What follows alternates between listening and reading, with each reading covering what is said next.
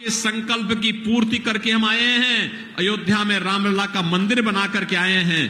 प्रभु राम की भी कृपा होगी, पूर्वजों का भी आशीर्वाद प्राप्त होगा। ये है नया भारत। एक तरफ विरासत का सम्मान और दूसरी तरफ विकास। हाईवे बन रहे हैं, रेलवे के काम हो रहे हैं, मेडिकल कॉलेज बन रहे हैं, एम्स स्थापित हो रहे हैं, आईआईटी और आईएम बन रहे हैं, एनआईटी और ट्रिपल आईटी बन रहे हैं, वर्ल्ड क्लास यूनिवर्सिटी का निर्माण हो रहा है। और यही नहीं, गरीबों के कल्याण के लिए कितना कार्य हुआ है, यह आपसे किसी से छुपा हुआ है। इस समाजवादी पार्टी के समय में ये सभी गरीबों का अन्न खा जाते थे। राशन माफिया हावी थे। यहां तो क्या था, वहां उनके समय में राशन माफिया, भू माफिया, पशु माफिया, जंगल माफिया, खनन माफिया और पेशेवर अपराध में लिप्त माफिया, यही थे ना। और इसीलिए हमने कहा अगर राम लला को अयोध्या में विराजमान करेंगे तो माफियाओं का राम नाम सत्य है की यात्रा भी निकालेंगे। निकली ना। ये समाजवादी पार्टी की सरकार थी, क्या करते थे, सपा का है एक ही नारा, खाली प्लॉट पर कब्जा करके वे बनाते थे अपना, इस ढंग से करते थे, यानी खाली प्लॉट है हमारा, यही बोलते थे ना।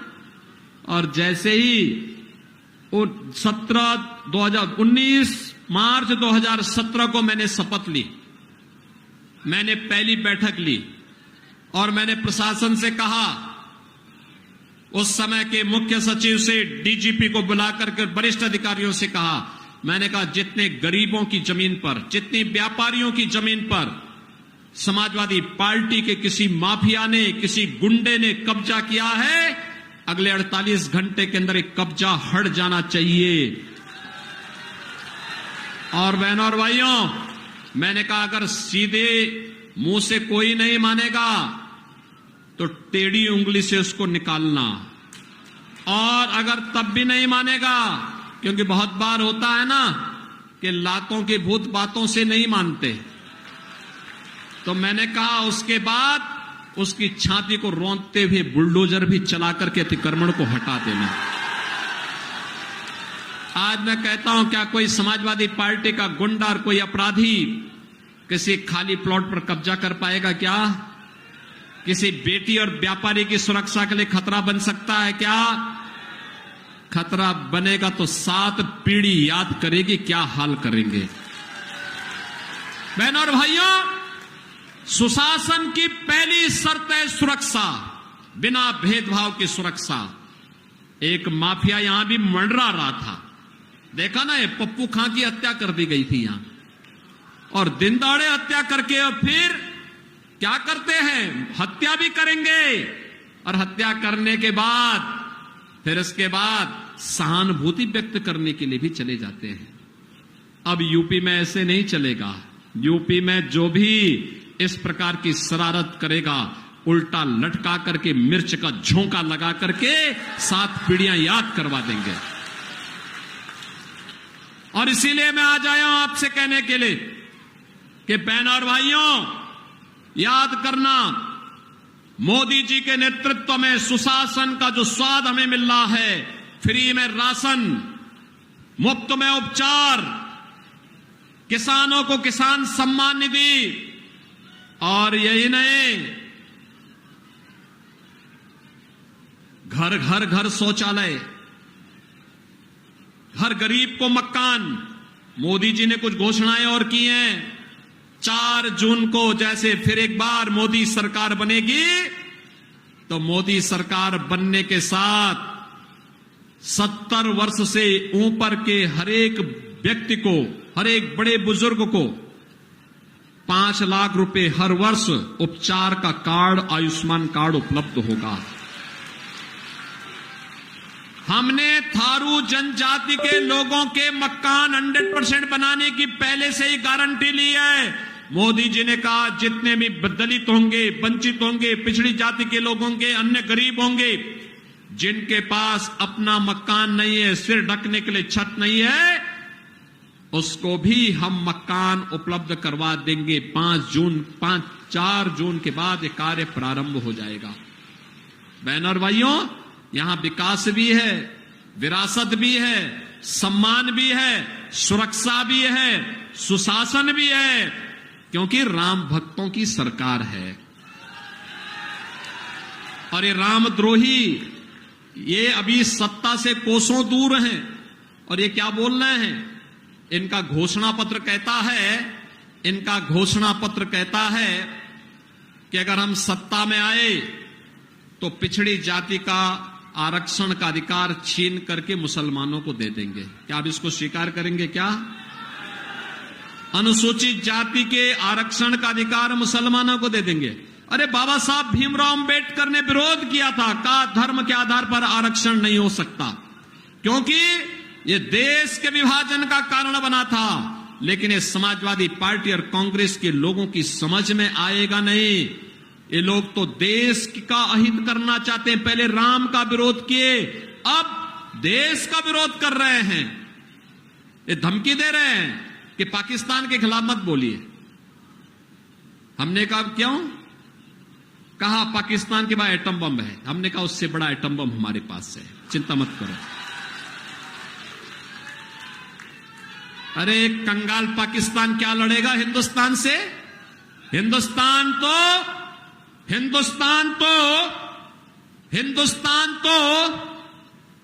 बहनों और भाइयों, हिंदुस्तान तो 80 करोड़ लोगों को फ्री में राशन दे रहा है। और पाकिस्तान की आबादी क्या है? 23 करोड़। 23 करोड़ लोग वहां भूखों मर रहे हैं।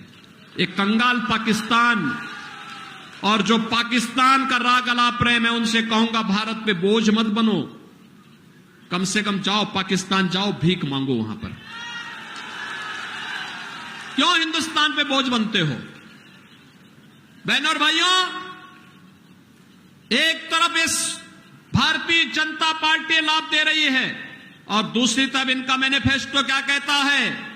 कहता है सत्ता में आएंगे, पिछड़ों का आरक्षण बांट करके मुसलमानों को दे देंगे। और कांग्रेस और समाजवादी पार्टी, यानी इनका गठबंधन की सरकार है कांग्रेस की कर्नाटक में, उसने वहां पिछड़ों के आरक्षण को मुसलमानों में बांट दिया। आंध्र प्रदेश में भी ऐसे किया इन्होंने, और अब पूरे देश में लागू करना चाहते हैं। क्या आप इसकी परमिशन देंगे? क्या इनको इस प्रकार का दुराचार और अनाचार करने का देंगे अधिकार? और दूसरी बात इन्होंने और भी खतरनाक कही है। कहते हैं कि हम गरीबी हटाएंगे। एक पत्रकार ने पूछा कैसे हटाएंगे, तो इन्होंने कहा गरीबी हटाएंगे, एक झटके में हटा देंगे। कहा झटके में कैसे? तो उसने कहा राहुल गांधी और ये सब एक ही है ना, 2 लड़कों की जोड़ी है। जब भी ये दोनों लड़कों की जोड़ी मिलती है, कोई ना कोई अनर्थ का काम करने के लिए लोग तत्पर होते हुए दिखाई देते हैं। और ऐसे ही इनके द्वारा फिर कहा गया, कहा कैसे हटाएंगे? कहा हर व्यक्ति की परिवार की संपत्ति का हम सर्वे करवाएंगे। तो कहा फिर का संपत्ति का सर्वे करवाने के बाद उसमें वरासत टैक्स लगा देंगे। कहा वरासत टैक्स क्या होता है? ये अमेरिका में लगता है आपके बाप दादों की जो संपत्ति होगी, जमीन, मकान, पैसा, जेवर, उसमें से आधा कांग्रेस और सपा के गुंडे ले लेंगे। और फिर जैसे मकान ही आपका 2 कमरे का मकान है, एक कमरे में आपको बोल देंगे आप रहिए, एक कमरा अब किसी बांग्लादेशी या पाकिस्तान से आए हुए मुसलमान को दे देंगे। अब बताओ आपके घर के बगल में किसी भी धर्मी को बसा देंगे, क्या आप रह पाएंगे? क्या?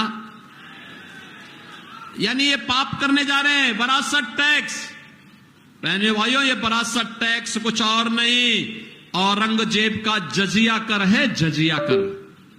औरंगजेब मुगलों का सबसे क्रूर बादशाह हुआ। काशी में काशी विश्वनाथ मंदिर और मथुरा में भगवान श्री कृष्ण की जन्मभूमि को इसी क्रूर बददिमाग औरंगजेब ने ही तोड़ा था। बहनों और भाइयों, ये औरंगजेब की आत्मा घुस गई है। कोई मुसलमान भी अपने पुत्र का नाम औरंगजेब नहीं रखता, क्योंकि औरंगजेब ने पहले अपने भाई की हत्या की, फिर अपने बाप को जेल में बंद किया। उसका बाप का नाम था शाहजहां। शाहजहां वही जिसने आगरा का ताजमहल बनाया था। और फिर आप देखिए, अगर शाहजहां के बारे में पढ़ना है, पटना की खुदा बख्त लाइब्रेरी है, उस लाइब्रेरी में लिखा है शाहजहां ने, उसने कहा औरंगजेब को कोसते हुए कि कमबख्त तुझ जैसा पुत्र किसी को पैदा ना हो, क्योंकि तू जीते जी तो मुझे पानी, एक बूंद पानी के लिए, एक बूंद पानी के लिए तरसाया है, और मैंने पानी के अभाव में वो व्यक्ति जो कभी बादशाह था तड़प तड़प करके मरा, जेल में अपने बाप को बंद कर दिया था। और बहनों और भाइयों, ये संस्कार तो इन्हीं लोगों के हैं, और इसीलिए औरंगजेब की आत्मा, उसने हिंदुओं पे एक टैक्स लगाया था, उसको कहते हैं जजिया कर। जजिया कर हिंदुओं पे लगाया था, कहा या तो मुसलमान बनो नहीं तो जजिया कर लगाएंगे। और यही जजिया कर विरासत टैक्स के रूप में फिर से औरंगजेब की आत्मा पुनर्जीवित होकर के कांग्रेस और समाजवादी पार्टी के अंदर आ चुका है। हमें औरंगजेब को जीवित नहीं होने देना है, सहमत है ना? औरंगजेब को दफनाया जा चुका है, उसकी आत्मा को फिर से जीवित नहीं होने देना है। हमें तो मोदी जी के नेतृत्व में आत्मनिर्भर और विकसित भारत बनाने की संकल्पना को आगे बढ़ाना है, जिससे हमारे हर हिंदुस्तानी के चेहरे पर खुशहाली लाई जा सके। हर हिंदुस्तानी को, हर नौजवान को, हर किसान को, हर महिला को, हर व्यापारी को आत्मनिर्भर और खुशहाल बनाया जा सके। इसी के लिए हम लोग आए हैं। से साकेत मिश्रा को भारतीय जनता पार्टी ने अपना प्रत्याशी बनाया है लोकसभा सीट श्रावस्ती बलरामपुर में, और गैसड़ी उपचुनाव में, विधानसभा का जो उपचुनाव चल रहा है, शैलेश कुमार सिंह सैलू को वहां पर अपना प्रत्याशी भारतीय जनता पार्टी ने बनाकर के उतारा है। भारतीय जनता पार्टी के प्रत्याशियों को अपना दल का भी समर्थन है, निषाद राज पार्टी का भी समर्थन है, राष्ट्रीय लोक दल का भी समर्थन है, और भारतीय जनता पार्टी के प्रत्याशी को सुहेलदेव राजभर पार्टी का भी समर्थन प्राप्त है। बहनों और भाइयों, इसीलिए मैं आया हूं। श्री साकेत मिश्रा और श्री सैलू कुमार सिंह सैलू कमल चुनाव चिन्ह पर भारी बहुमत से विजयी बनकर के जाएंगे। जहां तक मेरी आवाज जा रही है, दोनों हाथ ला करके मुझे इस बात के लिए आश्वस्त करो कि साकेत मिश्रा और सैलू जीत के जाएंगे। लेकिन इसके लिए आपको दो काम करने होंगे। करेंगे। पहला काम, कल और परसों 2 दिन का समय आपके बाद प्रचार के लिए होगा, घर घर जाकर के जनसंपर्क करने के लिए। तो कल और परसों के समय का उपयोग कैसे करना है? इनमें यहां पे जितने लोग आए हैं, जितने लोग मेरी बात सुन रहे हैं, 10-10 घर में जाकर के जितने सदस्य होंगे उन सभी लोगों से मिलकर के और उन लोगों को कमल चुनाव चिन्ह पर वोट डालने के लिए कहेंगे। तो कल और परसों मिलाकर के 20 हो जाएंगे। 20 परिवार का मतलब 100 मतदाता, एक व्यक्ति को 100 मतदाताओं को 25 मई को मतदान केंद्र में ले जाना है। ले जाएंगे? मतदान केंद्र में ले जाएंगे। अच्छा, आपके पास मोबाइल फोन होगा तो उसको लाइट जला करके थोड़ा दिखाओ, कितने, मैं भी देखता हूं कितनी आपकी ताकत है। जितना है सब लगाकर चमका दो एक बार, थोड़ा करवाएंगे। सभी लोग करेंगे 100-100 वोट को मतदान केंद्र पर ले जाने की जिम्मेदारी लेंगे। वाह भाई, मैं तो सोचता था कि तुलसीपुर में मोबाइल फोन, स्मार्टफोन कम होंगे, लेकिन ये तो पूरा ही स्मार्टफोन चमक रहा है। बहनों और भाइयों, ये चमकता हुआ आपका स्मार्टफोन बलरामपुर को भी चमकाएगा। विश्वविद्यालय बन गया है, मेडिकल कॉलेज बनने जा रहा है, और अटल जी के हृदय, अटल जी की इस विरासत को आगे बढ़ाने का काम करेंगे। महाराज बलरामपुर ने राम जन्मभूमि के लिए जो बलिदान दिया है, उस परंपरा को हम आगे बढ़ाने का काम करेंगे। आप सभी सहमत है ना? तो फिर मेरे साथ बोलेंगे, भारत माता की, भारत माता की, भारत माता की जय श्री राम।